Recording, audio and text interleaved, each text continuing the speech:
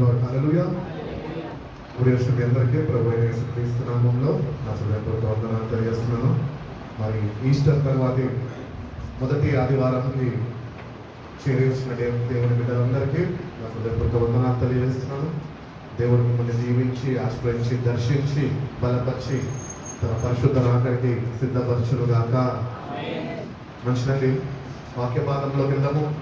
Easter తర్వాత వాక్యాన్ని ధ్యానించే వారిని మనం ఉంటాం. హల్లెలూయా.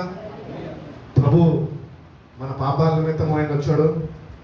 మన పాపాల నిమిత్తము ఆయన చనిపోయినాడు కల్వరి శిలువలో. ఆయన చనిపోయి సమాధి చేయబడి మూడో దినమందు తిరిగి లేచి మృత్యుంజయుడై ఎవరికి కనిపించారు? తన శిష్యులని ఆయన దర్శించి ఉన్నారు. దేవుడు మిమ్మల్ని దర్శించును గాక. మంచిదండి. యోబు గ్రంథము 19వ అధ్యాయము 25వ వాక్యం చదువుతున్నాం.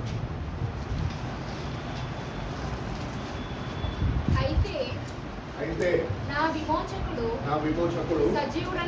సజీవుడనియు తరువాత ఆయన భూమి మీద నిల్చుననియు నేను ఎరుగుదును. చక్కటి మాట యోబు భక్తుడు తెలియజేస్తున్నాడు. నా విమోచకుడు సజీవుడు. My redeemer lives. యోబు ప్రభు కన్నా ప్రవక్తల కన్నా ముందు కాలంలో ఉన్న వ్యక్తి. మరి యోబు ప్రభు గురించి ఎరగని వ్యక్తి. ప్రభు లోకానికి వస్తాడు, మనుషుల పాపాల నిమిత్తము తన రక్తాన్ని చిందిస్తాడు అని ఎరగని వ్యక్తి. అట్టి రీతిగానే ప్రవక్తలని ఎరగని వ్యక్తి. కానీ యోబు తన విశ్వాసముతో చెబుతున్నాడు, నా విమోచకుడు సజీవుడు. యోబుకున్న గొప్ప విశ్వాసం అది. యోబు వలె మనము కూడా మన జీవితాన్ని ముందుకి కొనసాగించేవారుగా ఉండాలి. యోబు గ్రంథము 1వ అధ్యాయంలో యోబు ఎటువంటి వ్యక్తి అని చెప్తున్నది బైబిల్. యథార్థవంతుడు. చదవండి ఒకసారి. ఒక మనుషుడు, ఆయన మొట్టమొదటిగా యథార్థవంతుడు, న్యాయవంతుడునై దేవుని యందు భయభక్తులు కలిగి చెడుతనంను. ఎన్ని క్వాలిటీస్ ఉన్నాయండి? 4 లక్షణాలు ఆయనలో మనం చూస్తున్నాం. ఈ 4 లక్షణాలు కానీ మనము మన జీవితంలో కలిగి జీవిస్తే యోబు లాంటి విశ్వాసము దేవుడు మనల్ని కూడా బలపరుస్తాడు. హల్లెలూయా. మనం కూడా అప్పుడు దేవునికి చెప్పగలుగుతాము, అందరికీ చెప్పగలుగుతాము, నా విమోచకుడు సజీవుడు అని మనము చెప్పగలుగుతాం. కాబట్టి యథార్థవంతుడు, నీతిమంతుడు, చెడుని విసర్జించిన వాడు, దేవుని యందు భయభక్తులు కలిగిన వాడు. ఈ 4 క్వాలిటీస్ మనలో ఉన్నాయా? మనం ఎగ్జామిన్ చేసుకోవాలి, మనం పరిశీలించుకోవాలి. Do we have this qualities? ఒకవేళ మనలో లేకపోతే కనుక మనము అవి అలవర్చుకోవాలి. అట్టి రీతిగా నేను జీవిస్తాను ప్రభు అని ప్రభు దగ్గర సహాయాన్ని కోరుకొని యోబు వలె యథార్థముగా జీవించడము ప్రారంభించే వారుగా మనం ఉండాలి. అప్పుడు యోబుకి ఎట్టి విశ్వాసము దేవుడు అనుగ్రహించి ఉన్నాడో అట్టి విశ్వాసము దేవుడు నీకు కూడా అనుగ్రహిస్తాడు. యోబు ధైర్యంగా చెప్పగలుగుతున్నాడు, నా విమోచకుడు సజీవుడు. ఆయన ఇంకా అప్పటికి చనిపోలే, కానీ యోబు చెప్తున్నాడు ఆయన సజీవుడు. మృత్యుంజయుడై మనుషుల పాపాల నిమిత్తము ఆయన కల్వరి శిలువలో మరణించి సమాధి చేయబడి ఆయన 300 మంది తిరిగి లేస్తాడు అన్న విశ్వాసము యోబుది. మనము కూడా దేవుని బిడ్డలుగా కొత్త నిబంధన క్రైస్తవులుగా జీవిస్తున్న మనము, క్రీస్తు రక్తంలో కడగబడిన మనం ఒకటి గుర్తించాలి. ఏంటి అంటే, మొట్టమొదటిగా మృతుల యొక్క పునరుద్ధానము ఉన్నది, అది మనకి దేవుడు అనుగ్రహించినది. హల్లెలూయా. ఆ మృతుల పునరుద్ధానము మనకి అనుగ్రహింపబడ్డది కనుక యోబు వలె నీతిమంతులుగా, యథార్థవంతులుగా, చెడుని విసర్జించి దేవుని యందు భయభక్తులు కలిగి మనము జీవిస్తే కనుక మనం కూడా దేవుని ఒక రోజు మన కళ్ళతోనే అనేది చూడబోతున్నాము. ఈరోజు మనం అనుకుంటుంటాము 2024 సంవత్సరాల క్రితము కల్వరి శిలువలో ప్రభు చనిపోయాడు కదా, ఇప్పుడు నేనేమి చేయాలి? నువ్వు ఏమి చేయాలంటే నువ్వు ఆయన చూడడానికి నువ్వు సిద్ధపడాలి. హల్లెలూయా. ప్రభు ఎట్టి రీతిగా అయితే ఈ లోకానికి వచ్చి ప్రతి ఒక్క మానవుడి యొక్క పాపము గురించి, ఆ పాపాలని ఆయన మీద వేసుకొని శాపగ్రస్తుడిగా శిల్వ మీద వేలాడుతూ శాపముగా మారిపోయి ఆయన చనిపోయి సమాధి చేయబడ్డాడో, ఇవన్నీ మనకందరికీ తెలిసినవే. కానీ మనం దేనికి సిద్ధపడాలంటే ప్రభు ఎట్టి రీతిగా వచ్చి మనుషులని రక్షించుకోవడానికి ఎట్టి రీతిగా అయితే ఆయన శరీరమందు గాయపరచబడ్డాడు. ఆయన శరీరమందు ఏమైందంట? ఆయనకి గాయాలు చేశారంట, గాయాలు రేపారంట, గాయాలు కలిగించారంట, కొరడాలతోని వీపుని దున్ని వేశారంట. ఏ రూపు గాని ఏ సోసు గాని ఆయనకి లేదు. మాంసము ముద్దగా ప్రభు మారిపోయాడు నీ కొరకు నా కొరకు. ఈరోజు సార్వత్రిక సంఘముగా ప్రభు యొక్క రాకడ కొరకు సిద్ధపడుతున్న మనము ప్రభుని ఎట్టి రీతిగా చూడబోతున్నాం తెలుసా? ప్రభు నీ పాపాల నిమిత్తము ఆనాడు ఎట్టి రీతిగా అయితే కల్వరి సిలువలో గాయాలతోని వేలాడ తీయబడ్డాడో అదే గాయాలతోని ప్రభుని నువ్వు ఎదుర్కోబోతున్నావు. కాబట్టి ప్రతి ఒక్క గాయము నువ్వు చూసేవాడిగా ఉంచడం, నువ్వు చేసిన పాపాలే అవి ప్రభు యొక్క శరీరమందు నీకు కనబడబోతున్నాయి. కాబట్టి యోబు వలె విశ్వాసము కలిగి మనం కూడా ప్రభుని చూస్తాము అన్న నిరీక్షణతో మనము మన విశ్వాసాన్ని కొనసాగించే వారిగా ఉన్నాం. ఉదయకాలంలో కూడా ఈ వాక్యము తీసుకున్నాయి. సాయంత్రం కాలంకి వేరే వాక్యం చెప్దాం అనుకున్నాం, కానీ ఎందుకో నా విమోచకుడు సజీవుడు. దాని తర్వాత వచనాలు ఏమంటున్నదండి? 29వ అధ్యాయంలో 19వ అధ్యాయము 25 నుంచి విమోచకుడు సజీవుడని, అయితే నా విమోచకుడు సజీవుడని, తరువాత ఆయన భూమి మీద నిలిచినని నేను ఎరుగుదును. ఇలాగు నా చర్మము చీకిపోయిన తర్వాత శరీరముతో నేను దేవుని చూచెదను. చూడండి, యోబుకున్న విశ్వాసము నిరీక్షణ ఎటువంటిదంటే, శరీరము క్షీణించినప్పటికీ చీకిపోయినప్పటికీ నేను నా శరీరముతోనే నేను ఆయనను చూస్తాను, నా కళ్ళతోనే నేను ఆయనను చూస్తాను. యోబుకున్న విశ్వాసము నిరీక్షణ ఎటువంటిదంటే, ప్రభు లోకంలో మనుషుల కొరకు ప్రాణం పెట్టి గాయపరచబడిన యేసయ్యని యోబు కనుక చూడబోతున్నాడు. అట్టి విశ్వాసము మనము కూడా కలిగి జీవించాలి. అదే విశ్వాసంతోనే మనము అనుగ్రహించిన రక్షణని కొనసాగించే వారుగా మనం ఉండాలి. It is because of our sins, మన పాపాల నిమిత్తము ప్రభు గాయపరచబడ్డాడు. మనము ఈరోజు ఆయనని కలుసుకునే దానికి, ఆయనను ఎదుర్కొనే దానికి మనం సిద్ధపడుతున్నాం. మనం ఎట్లుండాలి? సంతోషముగా ఉండాలి. ఎందుకంటే ప్రభు నీ కొరకు గాయపరచబడి, నీ కొరకు మరణించి, నీ కొరకు రక్షణను అనుగ్రహించి ఉన్నాడు. కాబట్టి ఉదయకాలంలో ఒక పాట పాడుకున్నాం. ప్రియ యేసు రాజును నే చూచిన చాలు, మహిమలో నేనాయనతో నుండి చాలు. ప్రియ యేసు రాజును నే చూచిన చాలు, మహిమలో నేనాయనతో నుండి చాలు. నిత్యమైన మోక్షాగ్రహము నందు చేరి, నిత్యమైన మోక్షాగ్రహము నందు చేరి, భక్తుల గుంపులో హర్షించిన చాలు, భక్తుల గుంపులో హర్షించిన చాలు. యేసుని రక్తమందు కడుగబడి, వాక్యం చే నిత్యం భద్రపరచబడి, యేసుని రక్తమందు కడుగబడి, వాక్యం చే నిత్యం భద్రపరచబడి, నిష్కలంక పరిశుద్ధులతో పేరుండేను, నిష్కలంక పరిశుద్ధులతో పేరుండేను. బంగారు వీధులలో తిరిగేదను, బంగారు వీధులలో తిరిగేదను. దూతలు కన్నీళ్లను వింటున్నప్పుడు, గంభీర చేయదులు నూరునప్పుడు, దూతలు కన్నీళ్లను వింటున్నప్పుడు, గంభీర చేయదులు నూరునప్పుడు, హల్లెలూయా పాటలు పాడుచుండా, హల్లెలూయా పాటలు పాడుచుండా. ప్రియా యేసుతోను నేను ఉల్లాసింతును, ప్రియా యేసుతోను నేను ఉల్లాసింతును. ఉల్లామకుటం అయిన కలను చూచి, స్వర్ణ కిరీటం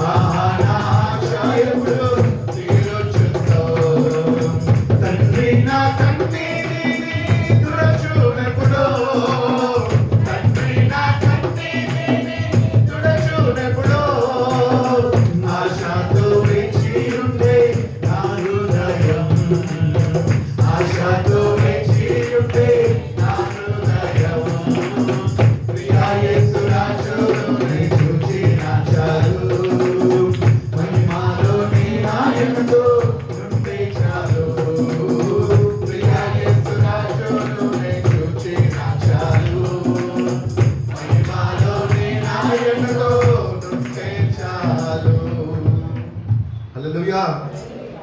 కాబట్టి ఆయన మనం చూడబోతున్నాం. ప్రతి ఒక్క గాయాన్ని ముద్దాడడానికి నువ్వు సిద్ధపరచుకోవాలి. పరిశుద్ధాత్మ దేవుడు నిన్ను సిద్ధపరుస్తుండగా, వాక్యంతో నిన్ను భద్రపరుస్తుండగా, ఆయన సన్నిధికి నిన్ను చేర్చబోతుండగా తగిన సిద్ధపాటు నాకు నీవు ప్రభా, తగిన సిద్ధపాటు కలిగి జీవించేవాడిగా అదే రీతిగా నన్ను నడిపించు ప్రభా. నిన్ను చేరుకోవాలి, నిన్ను చూడాలి. నా పాపాల నిమిత్తము నువ్వు ఎట్టి రీతిగా గాయపరచబడ్డా నిన్ను హత్తుకొని నేను జీవించాలి ప్రభా. యుగ యుగాలు నీతో ఉండాలనుకుంటున్న ప్రభా అని నువ్వు కానీ ప్రభుని అడిగితే ప్రభు నిన్ను సిద్ధపరుస్తున్నాడు. యోబుకి ఎటువంటి విశ్వాసము నిరీక్షణ అయితే ఇచ్చాడో అటు విశ్వాసము నిరీక్షణ దేవుడు నీకు నాకు మనందరికీ ఆయన అనుగ్రహిస్తాడు. కాబట్టి రక్షింపబడ్డాము అని ఏదో రక్షణ అనేది లైట్ తీసుకోవడం కాదు. రక్షింపబడ్డాము, ఆయన ఒకరోజు ఎదుర్కోబోతున్నాం. ఆయనతో యుగ యుగాలు ఆయన సింహాసనం ముందు నిలబడి నువ్వు ఆయనతో ఆనందించబోతున్నావు. బంగారు వీధులలో నిన్ను ఆయన నడిపించాలని ఇష్టపడుతున్నాను. కాబట్టి యోబు వలె చెడుని విసర్జించి దేవుని యందు భయభక్తులు కలిగి యథార్థవంతులుగా నీతిమంతులుగా మనము జీవించాలని ప్రభు కోరుకుంటున్నాను. యోబు ఏది ఏమైనప్పటికీ ఆయన జీవితంలో ఎన్ని బాధలు ఎదుర్కొన్నప్పటికీ యోబు తన యథార్థవంతుల్ని విడిచిపెట్టలేదు. He was ever pricing God. ప్రభా, ఇవన్నీ నువ్వే కదా నాకు ఇచ్చావు, ఇవన్నీ ఇప్పుడు నా దగ్గర నుంచి వెళ్ళిపోయినాయి ప్రభా, నువ్వే తీసేసుకున్నావు, నువ్వు ఇచ్చావు, నువ్వే తీసేసుకో, నీకే మహిమ కలుగును గాక అని చెప్పాడు యోబు. అటు రీతిగా మనం కూడా ఉండాలి. ఈ లోకంలో ఏది శాశ్వతం కాదు. మనకి ఈ జీవితము శాశ్వతం కాదు. ఈ భూమి మీదకి మనం వచ్చాము, దేవుని యొక్క ప్రణాళికలో మనం ఉన్నాము. దేవుని యొక్క ప్రణాళికలో ఉంటున్న మనము దేవుని యొక్క చిత్తం ఏంటో తెలుసుకొని దేవుని యొక్క చిత్తాన్ని నెరవేర్చి మళ్ళా ఆయన ఎదుట ఒకరోజు మనము నిలబడబోతున్నాము. కాబట్టి నీకు అప్పగించిన పనిని నువ్వు యథార్థంగా నువ్వు చేసి ఆయనకి తిరిగి అప్పచెప్పేవాడిగా నువ్వు ఉంటున్నావు. కాబట్టి నువ్వు రక్షణ పొందుకున్నావేమో, రక్షణ పొందుకున్నా నువ్వు నీ రక్షణని భయముతోనూ వణుకుతోనూ కొనసాగించు. ప్రభు నీకు కృపను అనుగ్రహిస్తాడు, ప్రభు నిన్ను బలపరుస్తాడు, ప్రభు నిన్ను నడిపిస్తాడు. యోబుని బలపరచలేదా? యోబుకి దేవుడు తోడుగా ఉండలేదా? అందరు ఉన్నప్పుడు దేవుడితోనే ఉన్నాడు యోబు. అందరూ విడిచి వెళ్ళిపోయినప్పుడు కూడా దేవుడిని విడిచిపెట్టకుండానే ఉన్నాడు యోబు. మన జీవితాల్లో కూడా మనం అట్టి రీతిగా ఉండడము నేర్చుకోవాలి. ప్రభు మీద ఆనుకొని జీవించడము మనం నేర్చుకోవాలి. ప్రభువుని బట్టి మనము ఆశ్రయించడము నేర్చుకోవాలి. ఎందుకంటే ప్రభు వల్లనే మనము ఈరోజు రక్షింపబడ్డాము. ప్రభు వల్లనే ఈరోజు మరణం నుంచి మనం తప్పించబడ్డాము. ప్రభువు వల్లనే ఈరోజు మనకు నిత్య రాజ్యము సిద్ధపరచబడుతుందని ఆ ప్రభుని మనం ఒకరోజు చూడబోతున్నాము. ఆ విశ్వాసము నిరీక్షణ మనము కలిగి జీవించాలి. ఏది ఏమైనా కానీ నా ప్రభుతో నేను ఉంటాను. చక్కటి పాట ఉంటుంది కదా, ఏది ఏమైనా కానీ నీతోనే ఉంటానయ్యా, నన్ను ఎవరిమన్నగాని నిన్ను విడచిపోలేనయ్యా. నా ప్రాణమా, నా సర్వమా, నా ప్రాణమా, నా సర్వమా, నాకున్నది నీవేనయ్యా, నాకున్నది నీవేనయ్యా, నాకున్నది నీవేనయ్యా, నాకున్నది నీవేనయ్యా. నీవు లేని భవనములు వందయా, నీతో ఉన్న గుడారమే చాలయా. నీవు లేని భవనములు వందయా, నీతో ఉన్న గుడారమే చాలయా. నీవుంటే బ్రతుకంతా ఆనందమే యేసయ్యా. నీవుంటే బ్రతుకంతా ఆనందమే యేసయ్యా. నీవు లేనిదే నాకేమి వలదయా, నీవు లేని వలనయ్యా, నిన్ను విడచి వెళ్ళలేనయ్యా, నిన్ను విడచి వెళ్ళలేనయ్యా, నిన్ను విడచి వెళ్ళలేనయ్యా, నిన్ను విడచి వెళ్ళలేనయ్యా. యోబు జీవితం అండి. పాట పాడుకున్నామే. యోబు ఒక తీర్మానం కలిగి దేవుడిని విడిచిపెట్టక, దేవుడు లేకుండా నాకు ఏది అక్కర్లేదని ఒక తీర్మానం కలిగి, సమర్పణ కలిగి, క్రీస్తుని దేవుడిని వెంబడించిన వ్యక్తిగా యోబు ఉంటున్నాడు. అట్టి రీతిగా మనం కూడా ఉండాలని దేవుడు కోరుకుంటున్నాడు. ఈరోజు మనము ఈస్టర్ సెలబ్రేట్ చేసుకున్నాం. పునరుద్ధానుడు తిరిగి లేచాడు, పునరుద్ధాన శక్తితో నింపాడు అని మనము ధ్యానించి ఉన్నాం గత వారం. కానీ దేవుడు తెలియజేస్తున్నాడు, మీరు నిజముగా నా పునరుద్ధాన శక్తితో నింపబడాలి. ఈ లోకంలో దేన్ని నువ్వు ప్రేమించద్దు, నేనే నీకు ప్రేమగా ఉండాలి. నా ప్రేమని నువ్వు కలిగి ఉండాలా, నా ప్రేమలతో నువ్వు నా ప్రేమలో నిలిచి ఉండాలా, నా ప్రేమని కలిగి నువ్వు జీవించేవాడిగా ఉండాలి. కాబట్టి దేవుని ప్రేమను నిలిచి ఉంటేనే మనం రక్షణలో ముందుకు కొనసాగగలం. కాబట్టి ఈ భక్తులందరూ, బైబిల్లో ఉన్న వారందరూ వాళ్ళు ఎక్కువగా దేవుని ప్రేమించారు. దేవుని కన్నా ఎక్కువగా దేనిని ప్రేమించని వాళ్ళు. మనం కూడా అదే రీతిగా మార్చబడాలి.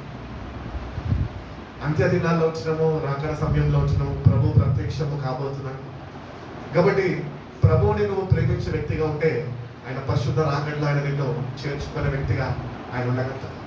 కాబట్టి మనము ఈరోజు ప్రభువుని ప్రేమించే వారిగా మనము మన జీవితాన్ని మనము మార్చుకోవాలి. అదే రీతిగానే కొత్త నిబంధనలకు వచ్చినప్పుడు పేతురు గారి గురించి మనం మాట్లాడుకుంటాం, ధ్యానిస్తుంటాం. పేతురు గారికి ప్రభు చెప్తాడు, ఎప్పుడు సిలువ వేయబడకూడదు. ఏమని చెప్తాడు? పేతురు కాదు, పేతురు నువ్వెవరో నన్ను ఎరగను అని 3 సార్లు నువ్వు చెప్పుతావు, బొంకుతావు పేతురు అని పెట్టాడు. అట్టి రీతిగానే పేతురు ఏం చేశాడు? ఏంటి ప్రభా నువ్వు ఏం మాట్లాడుతున్నావు, నీకు తెలియదా, నేను ఎవరినో తెలియదా, I'm Peter, you know me lord, I'm not like that, నువ్వు అనుకున్నట్టు నేను కాదు ప్రభా అన్నాడు. కానీ సమయం రానే వచ్చింది. ప్రభు అన్నాడు, పేతురు నువ్వు నన్ను కాదనేస్తావా, అందరి ముందు నన్ను విడిచిపెట్టేస్తావన్నాడు. అట్టి రీతిగానే పేతురు ఆ కోడి ఉయగానే ప్రభు ఎవరో తెలియదు అని ప్రభువుని విడిచిపెట్టుకొని దూరంగా వెళ్ళిపోయాడు పేతురు. అని ఒకటి మనం గుర్తించాలేంటి తెలుసా? పేతురు ప్రాణ అపాయముతో భయపడి ప్రభుని కాదనుకున్నప్పటికీ కూడా ప్రభు అంట పేతురుని విడిచిపెట్టలేదంట. హల్లెలూయా! ప్రభు పేతురుని విడిచిపెట్టలేదు. రెండోసారి మళ్ళా సేమ్ అట్టి రీతిగానే కోడి కూర్చింది.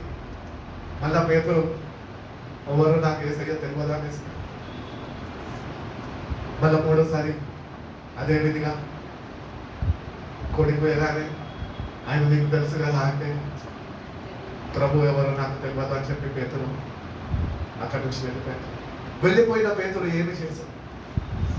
వెళ్ళిపోయిన పేతురు చేసిన పని నిమిత్తము ఆయన పశ్చాత్తాపడ్డాడు, బోర్మని ఏడ్చుకున్నాడు. ప్రభువా నన్ను క్షమించు, నీ కొరకు నేను నిలబడలేకపోయాను ప్రభు అని పేతురు నిజమైన పశ్చాత్తాపపు మారు మనసుతోని ఆయన ప్రభు దగ్గర క్షమాపణ పొందుకున్నాడు. అందుకనే పేతురుకి ప్రభు గుర్తు చేసిన మాటలు జ్ఞాపకంకి వచ్చినాయి. పేతురుతో అంటూ ఉంటాడు మత్తయి సువార్త 16వ అధ్యాయం 18వ వాక్యంలో ఏమనంటాడంటే, మరియు నీవు పేతురువు ఈ బండ మీద నా సంఘమును కట్టుదును, ఈ బండ మీద నా సంఘంని నేను కట్టుదును. పాతాళంలో ఒక ద్వారాలు దాని ఎదుట నిలవనేరవని నేను నీతో చెప్పుచున్నాను. కాబట్టి పేతురు ప్రభుని కాదు అన్నప్పటికీ కూడా, కాదు అని వెళ్ళిపోయినప్పటికీ కూడా ప్రభు అయితే పేతురు పట్ల ప్రణాళిక కలిగి ఉన్నాడు. ఆ ప్రణాళికని పేతురు జీవితంలో నిశ్చయముగా ఆయన నెరవేర్చి ఉన్నాడు. అట్టి రీతిగా మనం చూసుకున్నట్లయితే యోహాను సువార్త 21వ అధ్యాయంలో 15వ వాక్యం నుంచి మనం చూసుకుంటాం. చూడండి ఒకసారి. వారు భోజనం చేసిన వారు తర్వాత భోజనం చేసిన తర్వాత యేసు సీమోను పేతురును చూసి, సీమోను పేతురుని చూసి, యోహాను కుమారుడైన సీమోను, యోహాను కుమారుడైన సీమోను, వీరికంటే నీవు నన్ను ఎక్కువగా ప్రేమించుచున్నావా అని అడగగా అతడు అవును ప్రభువా, నేను నిన్ను ప్రేమించుచున్నానని నీవే ఎరుగుదువు అని ఆయనతో చెప్పాను. యేసు నా గొర్రె పిల్లలను మేపుమని అతనితో చెప్పాను. మరలా ఆయన యోహాను కుమారుడైన సీమోను, నన్ను ప్రేమించుచున్నావా అని రెండవసారి అతను అడగగా అతడు అవును ప్రభువా, నేను నిన్ను ప్రేమించుచున్నానని నీవే ఎరుగుదువు అని ఆయనతో చెప్పాను. ఆయన నా గొర్రెలను కాయమని చెప్పాను. మూడవసారి ఆయన యోహాను కుమారుడైన సీమోను, నన్ను ప్రేమించుచున్నావా అని అతన్ని అడిగాను. నన్ను ప్రేమించుచున్నావా అని మూడవసారి తను అడిగినందుకు పేతురు వెసరపడి ప్రభువా, నీవు సమస్తం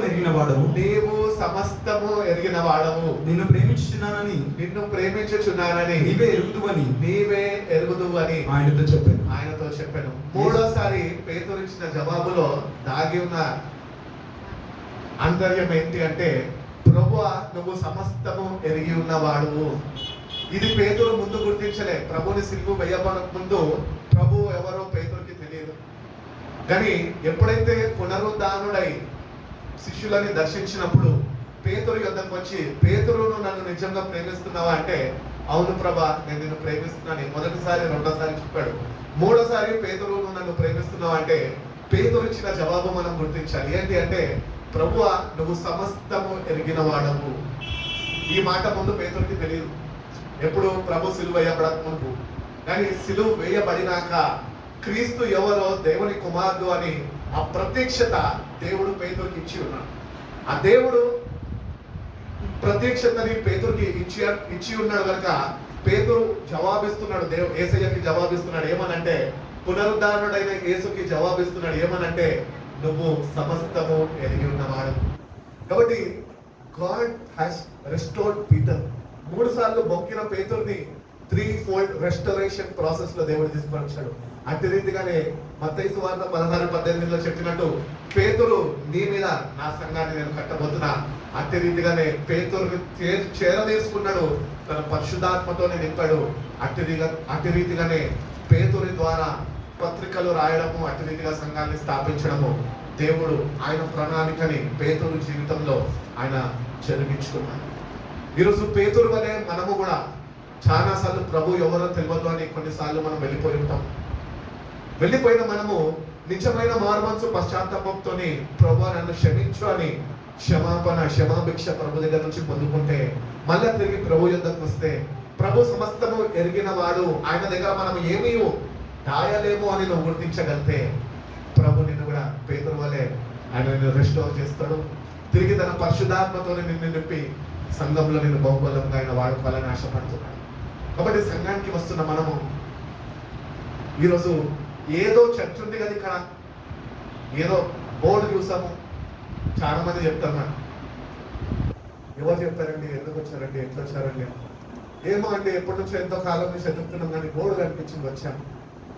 బోర్డు కనిపించి వచ్చేవాళ్ళు నువ్వు అనుకుంటున్నావు, కానీ అది కాదు, అది దేవుని యొక్క ప్రణాళిక. నువ్వు ఇక్కడ రావాలని, ఈ రోజు, ఈ తారీఖు, ఈ నిమిషము నువ్వు ఇక్కడ కూర్చొని వాక్యం వినాలని దేవుని యొక్క ప్రణాళిక ముందుగానే ఆయన సిద్ధపరిచి ఉన్నాడు. కాబట్టి సంఘంలో చేర్చబడ్డాను. ఏ సంఘం అన్నది ఇంపార్టెంట్ కాదు. సంఘము క్రీస్తు యొక్క శరీరం. క్రీస్తు యొక్క శరీరంకి వచ్చి అంటగట్టబడ్డానుకో, సంఘ క్షేమము నిమిత్తము నువ్వు ప్రయాసపడాలి. పేతురు ఎట్టి రీతిగా అయితే సంఘ నిమిత్తము ఆయన ప్రయాసపడి సంఘ క్షేమము ఆయన జాగ్రత్తగా చూసుకొని ఉన్నాడు, అట్టి రీతిగానే సంఘానికి చేర్చబడ్డ మనము, సంఘంలో ఉంటున్న మనము, సంఘంలో స్థిరపరచబడిన మనము సంఘ క్షేమము గురించి మనము ఎక్కువ శ్రద్ధ వహించి మనము దేవుడు ప్రణాళికను తెలుసుకొని ఆ ప్రణాళికను నెరవేర్చి మళ్ళీ తిరిగి దేవుడికి అప్పగించే వారిగా మనము ఉండాలి అని దేవుడు కోరుకుంటున్నాం. కాబట్టి God has a plan and purpose in each and every one of our lives. మన జీవితాల్లో ప్రతి ఒక్కరి పట్ల దేవుడు ఒక మంచి ప్రణాళిక, చక్కటి ప్రణాళిక ఆయన కలిగి ఉన్నాడు. నేను మీ పట్ల ఒక మంచి ప్రణాళిక, I have a plans to prosper you and not to harm you, ఆ plans to give you a bright future. ఒక మంచి భవిష్యత్తు దేవునికి ఇవ్వాలనిపించింది. పేతురు అనుకున్నాడు యేసయ్య వద్దే కానీ ఇంకా అయిపోయింది నా జీవితం అని. కానీ పేతురు అనుకున్నంత మాత్రాన అవ్వలేదు. దేవుడు ఏమనుకున్నాడో అది నెరవేర్చుకుంటూ వచ్చాడు. పేతురుని మళ్ళా తిరిగి పేతురుని దర్శించి పేతురుకి ఒకటే చెప్తున్నాడు, నువ్వు నన్ను ఎక్కువగా ప్రేమిస్తున్నావు కదా పేతురు, నువ్వు నా సంఘాన్ని నువ్వు కాపాడు, నా గొర్రెలని మేపు, నా గొర్రెలని స్థిరపరచు, వాటిని కాచుకొని ఉండు అని పేతురుకి కొన్ని బాధ్యతలు దేవుడు అప్పగించింది. కాబట్టి దేవుడు ఆ బాధ్యతలు పేతురుకి అప్పగించిన రీతిగా దేవుడు సంఘంలో ఉంటున్న నీకు నాకు మనందరికీ బాధ్యతలను అప్పగించి ఉన్నాడు. నీ బాధ్యతలు ఏంటో నీకు తెలుసా? What is your responsibility in the church? ఏమో అన్నా మేము మిస్టర్స్ లాగా వచ్చాం, మీరు మమ్మల్ని అంటే మేము ఏం చెప్పాలి అన్నట్టు చూస్తున్నాం. You have a responsibility. దేవుడిని అడగాలను, ప్రార్థన చేసుకుంటున్నావు, దేవుడిని అడగాల, ప్రభా మరి ఫలానా సంఘానికి నన్ను నడిపించి ఉన్నావు, మరి నా పాత్ర ఏంటి, నేను ఎట్టి రీతిగా సంఘానికి ఉపయోగకరంగా ఉండాలి, ఎట్టి రీతిగా సంఘం నిమిత్తము భారం కలిగి నేను బాధ్యతని మోసుకోవాలి, నువ్వు నాకు నేర్పించు అని దేవుడిని నువ్వు అడిగినప్పుడు దేవుడు ఆ ప్రత్యేకత నీకు ఇస్తాడు. God wants to give you a revolution about your church. నీ సంఘం గురించి నువ్వు ఒక ప్రత్యేకత కలిగి ఉండాలి. ఆ ప్రత్యేకత దేవుని దగ్గర నుంచి నువ్వు పొందుకోవాలి. యోబు జీవితంలో చూసినట్లయితే యోబుకి యేసయ్య ఎవరో తెలియదు, కానీ యోబు చెప్తున్నాడు నా విమోచకుడు సజీవుడు, నేను ఆయన చూస్తాను. యోబుకి ఏమి ఉన్నది అంటే he has a progressive nature of biblical revolution. వాక్యం గురించి ఆ ప్రత్యక్షత ఉన్నదంట యోబుకి. యేసయ్య వస్తాడు, యేసయ్య చనిపోతాడు, పునరుద్ధానుడై తిరిగి లేస్తాడు, సంఘము కట్టబట్టని మళ్ళా సంఘము మొత్తంని ఆయన యొద్దకు చేర్చుకుంటాడు. సంఘం మొత్తంతో నేను ఆయన దగ్గర చూడబోతున్నాను. He has a revolution about God, about the God's word. ఈరోజు దేవుని బిడ్డలుగా ఉంటున్న మనము వాక్యాన్ని చదువుతున్నాము, వాక్యము తెలిసి ఉన్నాము, వాక్యాన్ని ధ్యానిస్తున్నాము, వాక్యము రోజు చదువుకుంటున్నాము, కానీ మనకి వాక్యమందు ప్రత్యక్షత లేదు. ఎందుకు మనకు ప్రత్యక్షత లేదు? ఇంతకాలము 5 సంవత్సరాలు అయిపోయింది బాప్తిజం తీసుకొని, 20 సంవత్సరాలు అయిపోయింది, 30 సంవత్సరాలు అయిపోయింది, but you don't have the revolution of God about the word of God. కాబట్టి దేవుని దగ్గరకు వచ్చిన నువ్వు వాక్యం చదువుతున్నాను, వాక్యం అంతా నాకు తెలుసు, ప్రార్థన చేస్తాను, భాషలు మాట్లాడుతున్నాను, అది ఇంపార్టెంట్ కాదు. నువ్వు ఒకటి దేవుని దగ్గర అడగాలి, ఏంటి అంటే నీ వాక్యంలో నుండి నీ ప్రత్యక్షతని నాకు కనపరచుకుంటాను, నాకు బయటపరచు. We need to get a revelation from God. దేవుని దగ్గర నుంచి వస్తుంది, సంఘం దగ్గర నుంచి, సంఘ కాపర్ల దగ్గర నుంచి నీకు రాదు. దేవుడు నీకు ఆ ప్రత్యక్షతను ఇస్తేనే. కాబట్టి మనము సంఘంలో చేర్చబడ్డ మనము ఆ ప్రత్యక్షతను కలిగి చూపించాలి. దేవుని అడగాలి, ప్రభా రెవల్యూషన్ ఇవ్వు నాకు. రెవల్యూషన్ అంటే ప్రకటన గ్రంథం కాదు. రెవల్యూషన్ అంటే దేవుడు తన బిడ్డలకి, ఆయన ప్రేమించు వారికి ఆయన ఏమీ ఆయన దాపరికంలో వచ్చారంట, కానీ అన్ని ఆయన ముందుగానే వాళ్ళకి తెలియజేసి అవి వాళ్ళది నెరవేర్పులో వాళ్ళు కళ్ళారా చూసేటట్టు అవి నెరవేరుస్తారంట.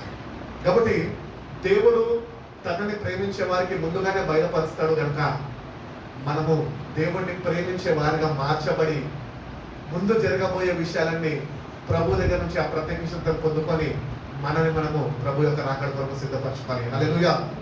కాబట్టి దేవుడు పేతురు పట్ల ఏదైతే ప్రణాళిక కలిగి ఉన్నాడో మన పట్ల కూడా ఒక గొప్ప ప్రణాళిక ఆయన కలిగి ఉన్నాడు. అందుకనే ప్రభు నీ కొరకు, నా కొరకు, మనందరి కొరకు, మన పాపాల నిమిత్తము, నీ పాపాల నిమిత్తము, నా పాపాల నిమిత్తము, నా కొరకు కల్వరి శిలువలో ఆయన రక్తము కార్చి ఉన్నాడు.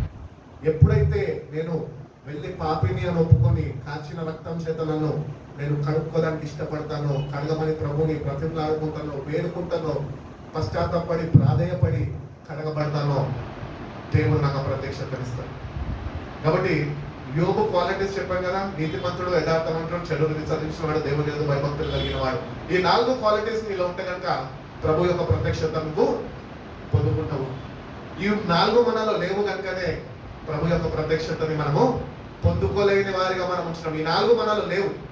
ఈ 4 మనం కానీ అవలంబించుకుంటే, అలవర్చుకుంటే, ఆ ప్రకారము మనము నడుచుకోగలిగితే దేవుని యొక్క ప్రత్యక్షత యోబుకి ఎట్టి రీతిగా ఇచ్చాడు, పేతురుని ఎట్టి రీతిగా అయితే ప్రోత్సహించి బలపరిచి త్రోసివేయక చేర తీసుకొని సంఘంని బలపరచడానికి వాడుకున్నాడో అట్టి రీతిగానే ప్రభు నిన్ను నన్ను ప్రత్యక్షతనిచ్చి నిన్ను కూడా బలపరిచి ఆయన అంత్య దినాల్లో ఆయన నిన్ను వాడుకోవడానికి ఆయన ఇష్టపడుతున్నాడు. పేతురు రాసిన మొదటి పత్రికకి వెళ్దామండి. పేతురు రాసిన మొదటి పత్రిక 1వ అధ్యాయం 17వ వాక్యం. పక్షపాతం లేకుండా క్రియలను బట్టి ప్రతి వాణిని తీర్పు తీర్చువాడు తండ్రి అని మీరు ఆయనకు ప్రార్థన చేయించున్నారు. ప్రతి వాడు వాని పని చొప్పున తీర్పులోనికి వస్తాడు. కాబట్టి ఈ భూమి మీద నువ్వు దేవుడు నీ పట్ల ఒక ప్రణాళిక కలిగి ఉన్నాడు. నువ్వు ఆ ప్రణాళికని నెరవేర్చి నువ్వు ప్రభు ఎదుట ఒకరోజు నిలబడి నీకు అప్పగించిన పనిని నువ్వు ప్రభుకి మళ్ళీ తిరిగి అప్పగించే వాడిగా నువ్వు వచ్చినావు. నీకు అప్పగించిన పనిని బట్టి ప్రభు నీకు దాని ప్రతిఫలము నీకు అనుగ్రహిస్తాడు. నీకు తగ్గ జీతము ఆయన ఇస్తాడు. ఈరోజు నిజంగా ప్రభు అప్పగించిన పని మనకి ఇంకా తెలియదు, తెలుసుకోలేదు. కానీ అకస్మాత్తుగా ఒకవేళ నువ్వు ఈరోజు చనిపోతే, ప్రభు ఎదుట నిలబడితే ప్రభుకి ఏం లెక్కపలేదు.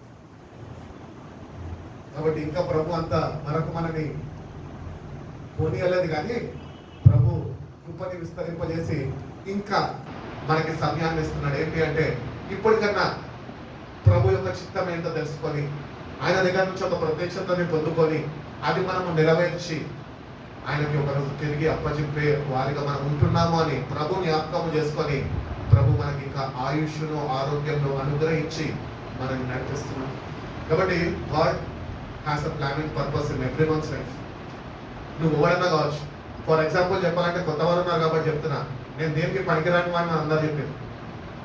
ఓకే ఫైన్, నాకేం పరపడదు. దులుపుకున్నా, గుమ్మ మీద పడితే ఎట్లా దులుపుకుంటా అట్లా దులుపుకున్నా.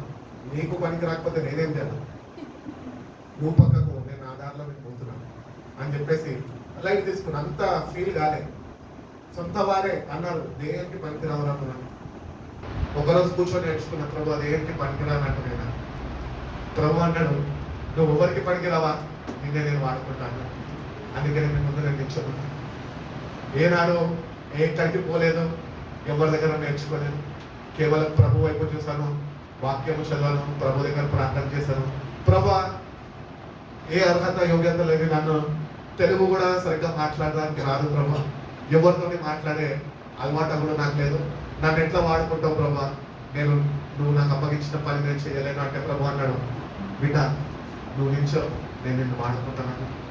అట్టి రీతిగా నేను ప్రభు తన మహాకృపను బట్టి 8 సంవత్సరాల నుంచి బలపరిచి నడిపిస్తూ వచ్చాను. అట్టి రీతిగానే ఆయన ఎందుకు సంపూర్ణ విశ్వాసం ఎట్టి రీతిగా కలిగి జీవించాలో ఆయన నాకు నేర్పించుకుంటూ వచ్చాను. ఎట్టి రీతిగా ఆయన మీద ఆధారపడాలో ఆయన నాకు నేర్పించుకుంటూ వచ్చాను. అట్టి రీతిగానే నేను ఆధారపడమే కాక అనేకులు ఇటు రీతిగా నడుచుకోవాలి అని వాళ్ళని ప్రోత్సహించడానికి బలపరచడానికి ప్రభు నేటికి కూడా నన్ను బలపరుస్తూ నన్ను నడిపిస్తున్నాడు. కాబట్టి ఒకరి క్రియలు చొప్పున వానికి ప్రభు జీతం ఇస్తాడంట. ఆయన పక్షపాతి కాదు. ఫిలిపన్న పాస్టర్ కదా అని చెప్పి పాస్టర్కి కిరీటం ఇవ్వడు.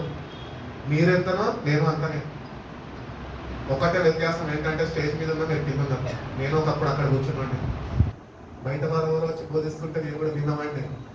నేటికి కూడా నేను I want be a good learner. అంటే ఐఎమ్ నాట్ పర్ఫెక్ట్. నేను చచ్చిపోయే వరకు ప్రభు దగ్గర నేర్చుకుంటూ ఉంటాను అని ప్రభుత్వం తీర్మానం చేస్తుంది. కాబట్టి ప్రభు దగ్గరకు వచ్చిన మనము ఆయన నేర్పిస్తుండగా నేర్చుకొని ఆయన చిత్తము తెలుసుకొని అది నెరవేర్చే వారిగా మనము ఉండాలి అని దేవుడు కోరుకుంటున్నాడు. కాబట్టి నీ కొరకు నా కొరకు ప్రభు ఒక రాజ్యాన్ని సిద్ధపరిచి ఉన్నాడు. మీ హృదయాన్ని కలవరపడనియద్దు, నా తండ్రి ఇంట అనేక గృహాలు ఉన్నాయి, నేను వెళ్ళి సిద్ధపరిచి మళ్ళా నేను మీ యొద్దకు వచ్చి నేనుండో చోటున మీరు కూడా నాతోనే ఉండేలాగున నేను మళ్ళా వచ్చి మిమ్మల్ని తీసుకొని వెళ్తా అని యోహాను సువార్త 14వ అధ్యాయంలో ప్రభు చెప్పి ఉన్నాడు. కాబట్టి దేవుని బిడ్డలుగా ఉంచిన మనము మన హృదయాన్ని కలవరపడనియకుండా చూసుకోవాలి. That is the first gift God wants to give you. చాలాసార్లు కలవరంతో నింపబడిపోతుంటాం. ఫర్ ఎగ్జాంపుల్ చెప్పాలంటే ఇంటర్వ్యూకి వెళ్తాం, ఫుల్ కాన్ఫిడెన్స్తో వెళ్తాం. ఏమని జాబ్ రావాలా, ఆఫర్ లెటర్ తీసుకొనే వస్తా, కానీ ఇంటర్వ్యూలో డిస్క్వాలిఫైడ్ అయిపోతాం. ఆ రోజు వచ్చేస్తాం, కలవరంతో నింపబడిపోతాం. ప్రభు నీకేం చెప్పాడు? కలవరపడద్దన్నాడు. మరి అక్కడ ఇంటర్వ్యూవర్ నిన్ను యు ఆర్ నాట్ సెలెక్టెడ్ అని చెప్పినందుకు ఎందుకు కలవరం చోటు చేసుకుంది నీలో? ప్రభుకి నీ హృదయంలో ఇవ్వాల్సిన స్థానం నువ్వు ఇవ్వలేదు కాబట్టి కలవరం నిన్ను ఆవరిస్తుంది. కలవరంతో నింపబడుతున్నావు. ప్రభు మాటల్ని విడిచిపెట్టేశావు. ప్రభు నందు విశ్వాసము నిరీక్షణని కోల్పోయినావు, పోగొట్టుకున్నావు. అందుకనే మనము దేవుడు చెప్పిన మాటకి అంటకట్టబడి ఉండాలి. కలవరానికి మన జీవితాల్లో, మన హృదయాల్లో చోటునివ్వద్దు. ఎందుకంటే ప్రభు మన కొరకు గృహాలు సిద్ధపరుస్తున్నాడు. అవి జగన్మోహన్ రెడ్డి ఇచ్చే డబుల్ బెడ్రూమ్లు కాదు, కేసీఆర్ రాకపోతే కొత్త ముఖ్యమంత్రి ఆయన రెడ్డి గారు, రేవంత్ రెడ్డి గారు ఇచ్చే ఇల్లులు కాదు, కానీ మనిషిలో చేతులతో కట్టని ఇల్లు ప్రభు మన కొరకు ఆయన సిద్ధపరుస్తున్నాడు. అందుకనే పత్రికల్లో భక్తుడు తెలియజేస్తుంటాడు, మీ పౌరస్థితి పరలోకమందు ఉన్నది, ఇక్కడ కాదు. ఇక్కడ మనం ఎటువంటి వారమంట? యాత్రికులము, పాఠశాలలో మాత్రమే. We're just travellers and sojourners on this earth. We're just passing this earth అంతే. ఈ లోకంలో ఈ యొక్క యాత్ర అంతే. వీఆర్ జస్ట్ ట్రావెలర్స్, ట్రావెల్ చేస్తున్నాం అంతే. ఎప్పుడు ఎక్కడికి వెళ్ళిపోతాం మనకు తెలియదు, కానీ ఎక్కడికి వెళ్తున్నాం అనేది నువ్వు తెలుసుకోవాలి. ప్రభు యందు విశ్వాసం ఇచ్చి, విశ్వాసముతోనే, నిరీక్షణతోనే యోబు వలె నేను ఆయనని చూస్తాను, నన్ను రక్షించుకున్న దేవుని నన్ను కలుసుకుంటాను అన్న విశ్వాసము, నిరీక్షణ నీకు ఉండాలి. అట్టి సంతోషమును వ్యక్తపరుస్తూ ప్రభు చేసిన త్యాగాన్ని బట్టి కృతజ్ఞతుడై నువ్వు జీవించాలి. ఏదో ఉంది, ఏదో ఇచ్చాడు అని కృతజ్ఞతలు కాదు. ఏమి లేని స్థితిలో ప్రభుని స్థుతించడం నేర్చుకున్నప్పుడే నువ్వు ప్రభు దృష్టిలో అంగీకారమైన బిడ్డగా, ఆశీర్వాదకరమైన బిడ్డగా నీ జీవితం మార్చబడుతుంది. యోబు ఎగ్జాంపుల్ మనం చూసుకున్నాం కదా. అన్ని ఉన్నప్పుడు దేవుని స్థుతించడు, అన్ని పోగొట్టుకున్నప్పుడు కూడా దేవుని స్థుతించడం మానాలి. మన జీవితాలు కూడా అట్లనే ఉండాలి. ఏది ఉన్నా ఏది లేకపోయినా మనం ఒకటి చేయాలి. ఏంటి అంటే ప్రభుని స్థుతించేవారుగానే ఉంటాం. ఎందుకంటే బైబిల్ చెప్పుచున్నది, పరలోకంలో అంట దేవదూతలంట ఆయనని పరిశుద్ధుడు పరిశుద్ధుడు పరిశుద్ధుడు పరిశుద్ధుడు అని గాన ప్రతిగానాలతోని స్థుతిస్తూనే ఉంటారంట. అంటే ఇప్పుడు మనం ఒకటి గుర్తిస్తాం, ఏంటి తెలుసా? పరలోకంకి వెళ్తే మనము వెళ్తే అంటే ఇంకా డౌట్ లో ఉన్నాం కాబట్టి చెప్తున్నా. వెళ్తే జీవితాలు మార్చుకుంటే, ఆయన దృష్టికి అంగీకారంగా ఆయన చిత్తం తెలుసుకొని దాన్ని నెరవేరుస్తే అక్కడ మనకి ఏం పని ఉండదు, కానీ కేవలం ప్రభుని స్థుతించడం. కాబట్టి ఈ భూమి మీద ఉంటున్నా నువ్వు, నీలో శ్వాస ఉంటున్నప్పుడే ప్రభువుని స్థుతించడం నేర్చుకో. చచ్చిపోయినాక నేను ప్రభువుని స్థుతిస్తా అంటే స్థుతించడం. మన్ను నిన్ను స్థుతించిన అని బైబిల్ చెప్తున్నా. సజీవులు సజీవులే కదా నన్ను స్థుతిస్తారు. కాబట్టి సజీవుల వలె దేవుని ఆత్మతో నింపబడి దేవుడిని స్థుతించే వారిగా ప్రతినిత్యము కష్టంలో, బాధలో, ఇరుకుల్లో, శ్రమలో, ఇబ్బందుల్లో, లేమిలో, కల్విలో, అన్నిటిలో ప్రభుని స్థుతించే వారిగా మనము ఉండాలి అని దేవుడు తెలియజేస్తున్నాడు. 2 వాక్యాలు చూపించి నేను ముగించేస్తున్నాను. హెబ్రీయులకు రాసిన పత్రిక 12వ అధ్యాయము 28వ వాక్యం.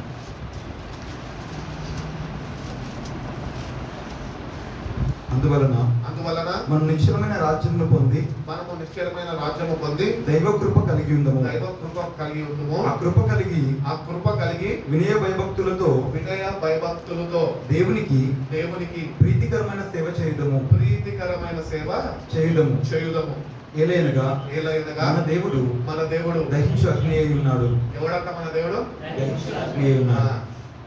వేషాలేసాం అనుకో, దగ్గరికి కూడా చేరలేము, కాల్చి వేస్తాడు. ఆయన కాల్చి వేయక్కర్లే, ఆయన దహించు అగ్ని వలె ఉన్నాడు, కాలిపోతాం మనం. కాబట్టి ఆయన ఎందుకు భయభక్తులు కలిగి, therefore since we are receiving a kingdom that cannot be shaken, let us be thankful and so worship God acceptably and reverence. దేవుని యందు భయభక్తులు కలిగి ఆయనని గౌరవపూర్వకంగా మనము ఆయన స్తుతించే వారుగా మనం ఉండాలి అంటున్నాను. ఒకవేళ దేవునికి ఇవ్వాల్సిన దైవిక గౌరవము ఆయనకు చెందకపోతే మన జీవితాల్లోంచి దేవుడు గ్రహించు అగ్ని జ్ఞాపకం చేస్తున్నాడు. ఏదో వచ్చాము బ్రదర్, ఏదో ఆరాధన ఏమంటున్నాడు, చెయ్యాలా, చప్పట్లు కొట్టాలా, పాడాలి అనుకొని బలవంతంగా నువ్వు చేస్తుంటే నువ్వు గుర్తించాల్సింది ఒకటి ఏంటి తెలుసా? ఆయన గ్రహించు అగ్ని. ఎవరో బలవంతం చేస్తున్నారని నువ్వు దేవుని స్తుతించక్కర్లేదు. నీ హృదయాంతరంగాల్లో నుంచి నువ్వు ఆయన స్థుతించడం నేర్చుకో. ఎందుకంటే we have to be thankful. దేవుడు మన కొరకు ఒక రాజ్యాన్ని సిద్ధపరుస్తున్నాడు. ఆ రాజ్యము కదల్చబడదు, స్థిరపరచబడిందని అని సియోనులో దేవుడు అన్నాడు, అక్కడికి నేను చేర్చబోతున్నాడు. మనం కూడా అక్కడికి ఒకరోజు చేరాలి. కాబట్టి దేవుని యందు భయభక్తులు, దేవుని స్తుతించడము ఈ భూమి మీద ఉన్నప్పుడే మనము నేర్చుకొని అలవర్చుకునే వారిగా మనము ఉండాలి అని దేవుడు తెలియజేస్తున్నాడు. రోమీయులకు రాసిన పత్రిక 8:35 చూడండి.